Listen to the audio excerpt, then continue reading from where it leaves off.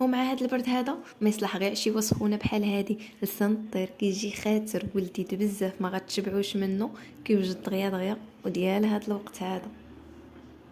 فواحد الطنجره درت الزيت مع بصله محكوكه، قليتها واحد شويه وضفت عليها الدجاج اللي قطعته هكا قطع صغارين، قليتهم واحد شويه ومن بعد غطيت عليه حتى طاب ليا الدجاج، وعاد زدت عليه جوج حبات ديال المطيشه هكا مطحونين، ومعلقه كبيره ديال مركز الطماطم تكون عامره، والربيع القزبر ومعدنوس، والتوابل اللي غادي نخليهم لكم مكتوبين اسفل الفيديو. خلطت كلشي مزيان وغطيت عليه حتى طابت ليا مطيشه.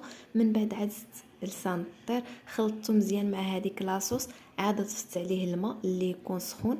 انا درت نص كيلو ديال لسان الطير مع يطرو تقريبا ديال الماء، وانتم على حسب كيفاش بغيتوه يكون، واش خفيف او لا يكون ثقيل. غطيت عليه حتى طابت ليا هكا الحبه ديال لسان الطير.